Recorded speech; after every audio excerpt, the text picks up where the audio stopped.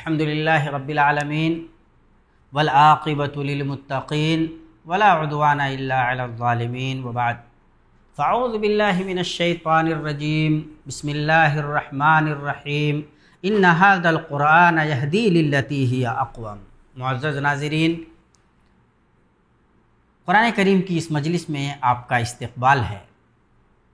انوار ہدایت کے اس پروگرام میں ہم کوشش کرتے ہیں کہ ایک پارے میں اللہ تبارک و تعالیٰ نے جو اہم اور بنیادی ہدایات دی ہیں ان پہ غور و فکر کی نگاہ ڈالیں۔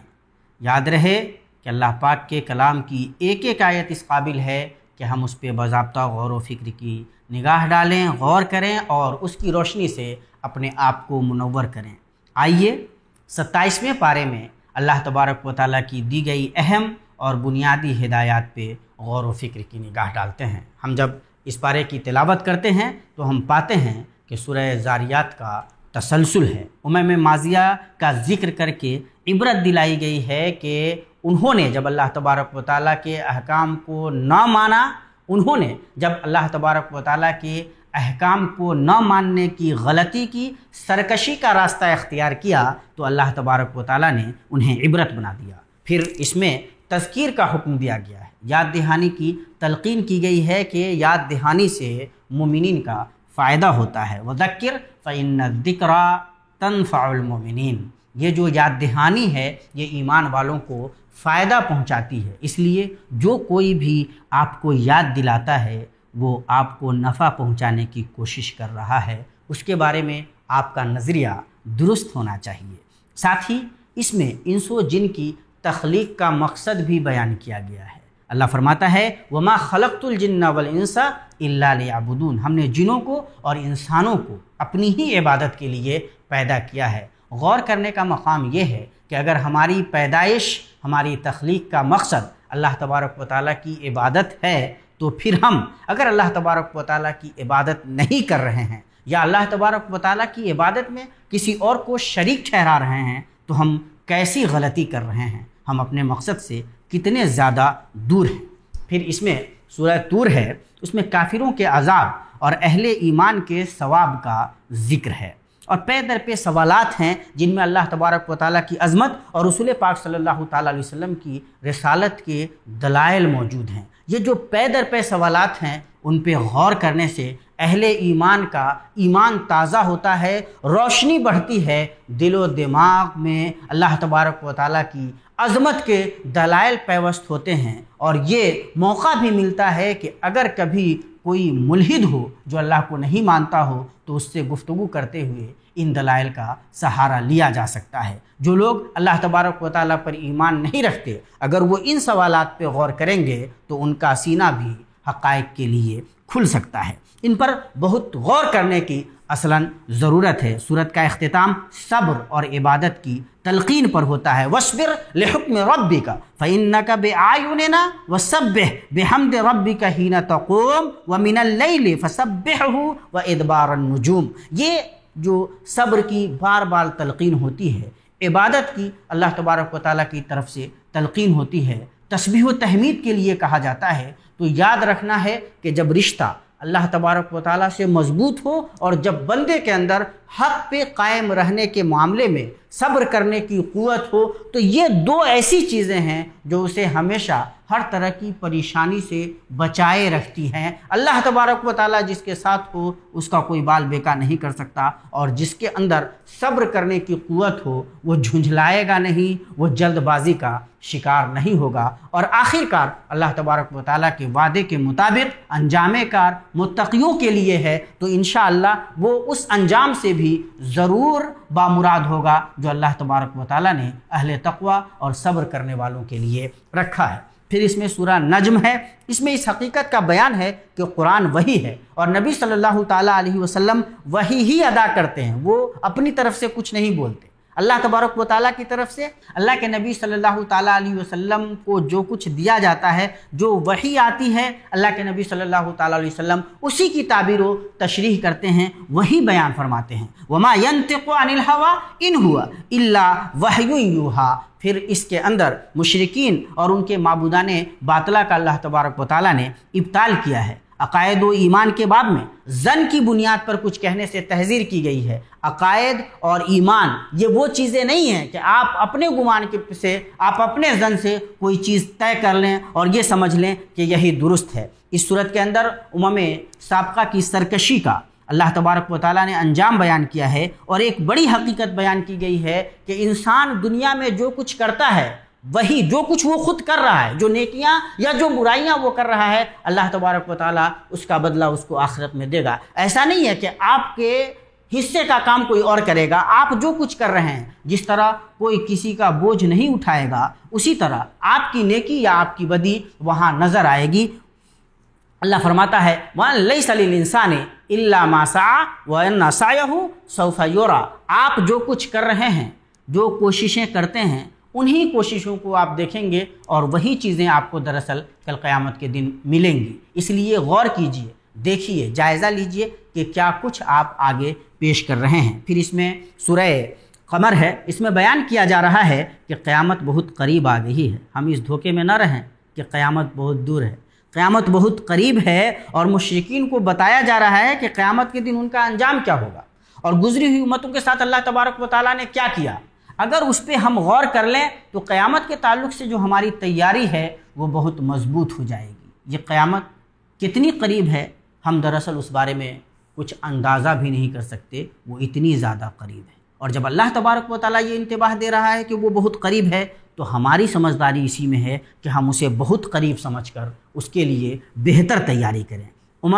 سابقہ کی مثالیں جب بار بار آتی ہیں تو وہ اسی لیے آتی ہیں کہ ہم اپنی نگاہ کھول کر رکھیں، دل کے دروازے پر دھیان دیں کہ غلط چیزیں اندر نہ جائیں، اور جتنی اچھی چیزیں ہیں، نیکی کی چیزیں ہیں، انہیں آنے کا موقع فراہم کریں۔ اس میں اس حقیقت کا بھی بیان کیا گیا ہے کہ قرآن کریم کا سمجھنا آسان ہے۔ اللہ تبارک و تعالیٰ نے قرآن کریم کو آسان بنایا ہے، اسے سمجھا جا سکتا ہے، اس پہ عمل کیا جا سکتا ہے۔ یہ اللہ تبارک و تعالیٰ کا اتارا ہوا دستور ہے، اللہ تبارک و تعالیٰ کا قانون ہے، جو اللہ تبارک و تعالیٰ نے رسول پاک صلی اللہ علیہ وسلم پر اتارا ہے۔ اللہ پاک نے اسے آسان بنایا ہے۔ اس لیے ایسے لوگوں کے دھوکے میں مت آئیے جو اللہ پاک کے کلام کو مشکل بنا کر پیش کرتے ہیں، اور ہم یہ سمجھتے ہیں کہ ہم اللہ تبارک و تعالیٰ کے کلام کو نہیں سمجھ سکتے۔ اللہ فرماتا ہے وَلَقَدْ يَسَّرْنَا الْقُرْآنَ لِلذِّكْرِ فَهَلْ مِن مُدَّكِرٍ، بے شک ہم نے قرآن کریم کو سمجھنے کے لیے آسان کر دیا ہے، بس کیا کوئی نصیحت کرنے والا ہے؟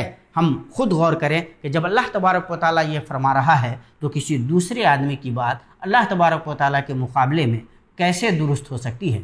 کیا ہمارے اندر یہ جذبہ نہیں پیدا ہونا چاہیے کہ ہم اللہ تبارک و تعالیٰ کے کلام سے اپنا رشتہ مضبوط کریں، تلاوت کریں، غور و فکر سے کام لیں، اور اپنی زندگی کو روشنی سے منور کریں؟ پھر اس پارے میں سورہ رحمان ہے، اس میں بہت سی نعمتوں کا ذکر ہے، نعمتوں ہی کا ذکر ہے۔ فَبِأَيِّ آلَاءِ رَبِّكُمَا تُكَذِّبَانِ کی تکرار ہے، اور اس تکرار پہ بہت زیادہ غور کرنے کی ضرورت ہے کہ اللہ تبارک و تعالیٰ اپنی نعمتوں کا ذکر کرتا ہے، اور پھر کہتا ہے کہ اے انس و جن، کن کن نعمتوں کو جھٹلاؤ گے؟ اس میں قرآن کریم کی نعمت، کائنات کی تخلیق اور حسن ترتیب کی نعمت، جنتوں میں موجود جو نعمتیں ہیں ان نعمتوں کا ذکر، اور ان سے مسلمانوں کو، ایمان والوں کو کس طرح سے اپنے آپ کو ان نعمتوں کو پانے کے لیے مہمیز کرنا چاہیے، ان تمام کا ذکر۔ اور پھر یہ بار بار کہنا اللہ تبارک و تعالیٰ کا کہ کن کن نعمتوں کو جھٹلاؤ گے، یہ ہمیں دراصل بہت بڑی دعوت ہے، اور اپنے آپ کو اللہ تبارک و تعالیٰ سے جوڑنے کے لیے اس سے بڑی دعوت کیا ہو سکتی ہے؟ ہم آخر اپنی زندگی ہی پہ غور کر لیں تو ہم اللہ تبارک و تعالیٰ کی کن کن نعمتوں کو جھٹلائیں گے؟ ہمارا تو پورا وجود ہی اللہ تبارک و تعالیٰ کی دی ہوئی نعمت ہے، تو کیا ہم ان نعمتوں پہ غور کر کے نعمت کے دینے والے کی طرف لوٹنے کے لیے تیار ہیں؟ پھر اس پارے میں سورہ واقعہ ہے، اس میں قیامت کے دن 3 طرح کے لوگوں کا ذکر ہے۔ ایک وہ جو دائیں ہاتھ والے ہوں گے، جن کا نامہ اعمال ان کے دائیں ہاتھ میں ہوگا، جو کامیاب ہوں گے۔ وہ جن کا نامہ اعمال بائیں ہاتھ میں ہوگا اور جو ناکام ہوں گے، ان کا کیا منظر ہوگا؟ جن کو دائیں ہاتھ میں نامہ اعمال ملے گا ان کی کیا خوشی ہوگی، ان کا کیا مقام ہوگا، اور جن کو بائیں ہاتھ میں ملے گا ان کی کیا پریشانی ہوگی، کیا عذاب سے ان کو کس طرح کے عذاب سے دوچار ہونا ہوگا۔ اور تیسرا گروہ السابقون الاولون کا، وہ لوگ جو نیکی کے معاملے میں آگے آگے رہے ہیں، ان کو کیا آسائشیں حاصل ہوں گی۔ اللہ تبارک و تعالیٰ نے بڑی تفصیل سے ان کا نقشہ کھینچا ہے، اور آیات پڑھتے ہوئے یہ جو دل میں جذبہ ایک بیدار ہوتا ہے، جو ایمان تازہ ہوتا ہے، جو برائیوں سے بچنے کی ایک تڑپ انسان کے اندر پیدا ہو جاتی ہے، برائیوں سے الگ ہونے کی جو ایک نیت انسان کے اندر آتی ہے، اور انسان اس کی طرف اگر بڑھنے لگے تو یقینی طور پہ کامیاب ہو جائے۔ پھر باس بعد الموت کے اللہ تبارک و تعالیٰ نے حسی دلائل دیے ہیں کہ یہ جو تم کھیتیاں کر کے پودے اگاتے ہو، یہ جو پانی ہے، یہ جو آگ ہے، یہ ساری چیزوں کا انتظام یہ کون کرتا ہے؟ پانی کس نے تمہارے لیے بنایا ہے؟ یہ آگ کیا تم روشن کرتے ہو یا اللہ تبارک و تعالیٰ روشن کرتا ہے؟ تو ان تمام پہ غور کر کے انسان اللہ تبارک و تعالیٰ سے اپنا رشتہ مضبوط کر سکتا ہے۔ پھر سورہ حدید ہے، اللہ کی عظمت کا بیان ہے اس میں۔ میدان قیامت میں مومنین کے نور، اہل کفر کی حسرتیں اللہ تبارک و تعالیٰ نے بیان کی ہے کہ کس طرح اہل ایمان کے آگے ان کا نور چل رہا ہوگا، وہ اپنے نور کی روشنی سے منور ہو رہے ہوں گے، ان کا کام بن رہا ہوگا، اور اہل کفر پہ کس طرح سے حسرت پڑی ہوئی ہوگی۔ تو آج بھی دنیا کے لیے یہ موقع ہے، دنیا کے لیے موقع ہے کہ وہ غور کرے۔ یہ اللہ تبارک و تعالیٰ کے انکاری لوگ، اللہ تبارک و تعالیٰ کے اس پیغام کو ٹھکرانے والے لوگ، ان کا کیسا ٹھکانہ ہونے والا ہے، ان کو غور کرنے کی ضرورت ہے۔ آج موقع ہے، آج اگر وہ اللہ تبارک و تعالیٰ کے اس حق کو اپنا لیں تو وہ اپنے آپ کو کامیاب کر لیں گے، لیکن اگر نہیں اپناتے ہیں تو حسرت و یاس کے سوا ان کے پاس اور کچھ نہیں رہ جائے گا۔ پھر اس میں ایک بہت بڑی تذکیر ہے، اللہ تبارک و تعالیٰ فرماتا ہے، اور ہم تمام کو بہت زیادہ غور کرنے کی ضرورت ہے آج کے زمانے میں بھی اور ہمیشہ۔ یہ آیت دراصل ہمارے دل کے دروازے پہ دستک دیتی رہے گی۔ اللہ فرما رہا ہے، الم یعنی للذین آمنوا ان تخشع قلوبہم لذکر اللہ وما نزل من الحق، کیا ایمان والوں کے لیے ابھی بھی وقت نہیں آیا ہے کہ وہ اللہ تبارک و تعالیٰ کے ان کے دل اللہ تبارک و تعالیٰ کے لیے، کہ اللہ تبارک و تعالیٰ کے ذکر کے لیے نرم پڑ جائیں، اور اللہ تبارک و تعالیٰ نے جو حق اتارا ہے اس کے لیے نرم پڑ جائیں؟ کیا یہ بہت زیادہ غور کرنے کی ضرورت نہیں ہے؟ ہم جس طرح سے برائیوں میں لت پت ہیں، کیا یہ وقت نہیں آ گیا ہے کہ ہم اپنا جائزہ لیں؟ کیا آئے دن جو اموات ہو رہی ہیں، نئے نئے قصص سامنے آ رہے ہیں، کورونا کے، مشکلات کے، پریشانیوں کے، جوان لوگوں کی موت ہمارے سامنے ہو رہی ہے، کیا یہ مرحلہ، کیا یہ وقت ہمارے لیے نہیں آ گیا ہے کہ ہم اللہ تبارک و تعالیٰ کی خشیت سے اپنے دلوں کو آباد کریں، برائیوں سے اپنے آپ کو روک لیں، بھلائیوں کے راہ پہ، بھلائیوں کے راستے پہ اپنے آپ کو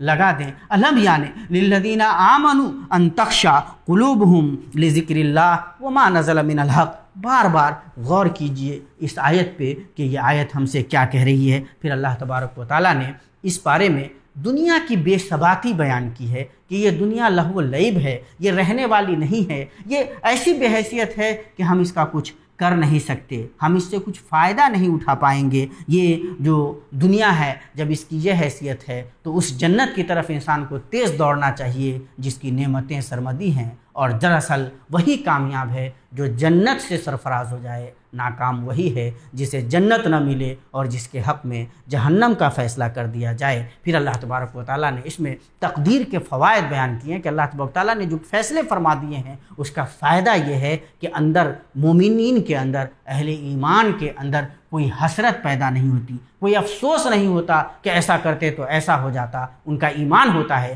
کہ اللہ تبارک و تعالیٰ نے جو کچھ لکھا ہے اس کے مطابق دنیا چل رہی ہے، تو ایک اعتماد آتا ہے، ایک حوصلہ آتا ہے، ایک بھروسہ آتا ہے، اور وہ بھلائی کی راہ پہ تیزی سے گامزن ہو جاتا ہے۔ اہل ایمان اسی طریقے سے سوچتے ہیں۔ پھر اس کے اندر تقدیر کے فوائد کا ذکر ہوا ہے کہ اللہ تبارک و تعالیٰ نے چیزیں لکھی ہوئی ہیں، اس کا فائدہ یہ ہے کہ ایمان والا انسان یہ سوچتا ہے کہ جو کچھ ہو رہا ہے اللہ تبارک و تعالیٰ کے حکم کے مطابق ہو رہا ہے، تو اس کے اندر جزا فضا کی کیفیت نہیں ہوتی، وہ حسرت و نومیدی کا شکار نہیں ہوتا، اس کے اندر ایک اعتماد آتا ہے، ایک حوصلہ آتا ہے، اللہ تبارک و تعالیٰ سے اس کا رشتہ مضبوط ہوتا ہے، اور اعتماد و یقین کے ساتھ اللہ تبارک و تعالیٰ کے بتائے ہوئے راستے پہ وہ چل پڑتا ہے، اور جب ایسا ہوتا ہے تو وہ کامیابی و کامرانی سے ہمکنار ہوتا ہے۔ اللہ تبارک و تعالیٰ سے دعا ہے کہ اللہ تبارک و تعالیٰ ہمیں ان حقائق پہ غور کرنے کی توفیق اور ان کے مطابق عمل کرنے کی توفیق دے۔ اقول قولی ھذا واستغفر اللہ لی ولکم ولسائر المسلمین فاستغفروہ انہ ھو الغفور الرحیم۔ والسلام علیکم ورحمۃ اللہ وبرکاتہ۔